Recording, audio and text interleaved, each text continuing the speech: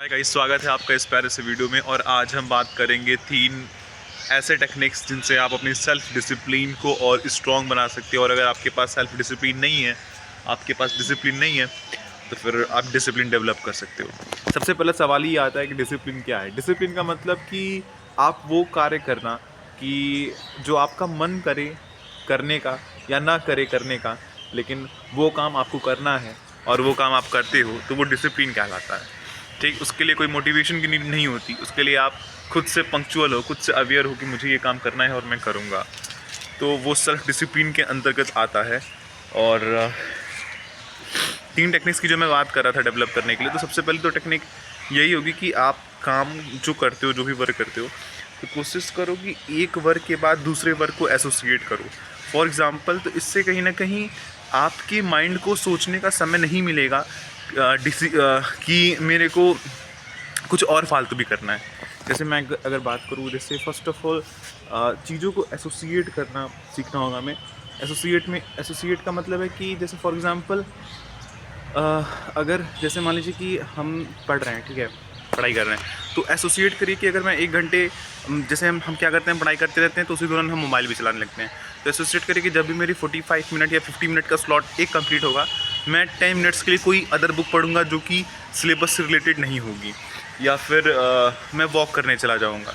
तो इससे क्या होगा कि आप पहली बात तो आपकी मोबाइल देखने की आदत भी छूट गई, और दूसरा कहीं ना कहीं आप एक अच्छी आदत में इंडल्ज भी हो गए, चाहे वो वॉकिंग हो या फिर चाहे वो आप कोई अदर बुक हो पढ़ना, ठीक, जो कि सेल्फ अवेयर से रिलेटेड हो या आपकी प्रोडक्टिविटी से रिलेटेड हो या टाइम मैनेजमेंट से रिलेटेड हो, जो भी। तो आपने क्या किया कि बैड हैबिट को रिप्लेस कर दिया और न्यू हैबिट आ गई। और सेल्फ डिसिप्लिन क्या होगा कि वो बना रहा कि हाँ, मेरे को पढ़ाई से जुड़े, क्योंकि अगर आप मोबाइल चलाते तो फिर डिस्ट्रैक्ट हो जाते, फिर पढ़ते नहीं, वो डिसिप्लिन आपका ब्रेक होता। लेकिन अब आप पढ़ाई से जुड़े हुए हो, उसके बाद फिर 10 मिनट का शॉर्ट कंप्लीट हुआ, फिर आप 40 मिनट 50 मिनट पढ़ने लग जाओ। तो इस तरीके से चीज़ें होती हैं।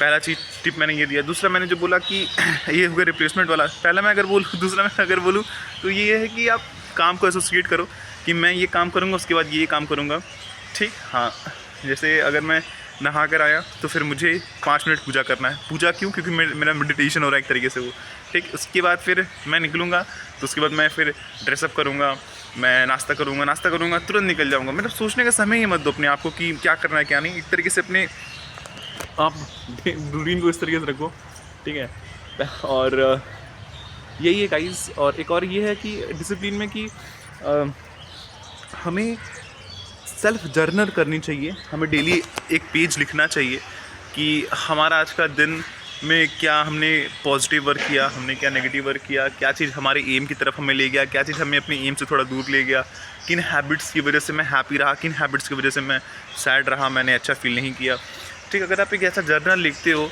तो फिर आपको मालूम चलता है कि ओवरऑल मेरे डे की प्रोडक्टिविटी कैसी रही, ठीक। तो आप कहीं ना कहीं खुद को इम्प्रूव कर पाते हो, ठीक। आप समझ पाते हो कि यार हाँ, मेरी लाइफ चल कैसे रही है, क्योंकि हमारे पास समय बहुत लिमिटेड है और एक समय बाद ख़त्म हो जाएगा। तो हमें लगता है कि हमारे पास समय बहुत है, वास्तविकता में समय बहुत कम है अगर आप किसी काम में सच में मायने में लग जाते हो तो ये थर्ड था। इसलिए हमें कहीं ना कहीं जर्नल करना चाहिए सेल्फ डिसिप्लिन को बढ़ाने के लिए। ये रही मेरी 3 टिप्स, और फिर मिलते हैं नेक्स्ट वीडियो में। तब तक के लिए दैट्स इट, थैंक यू।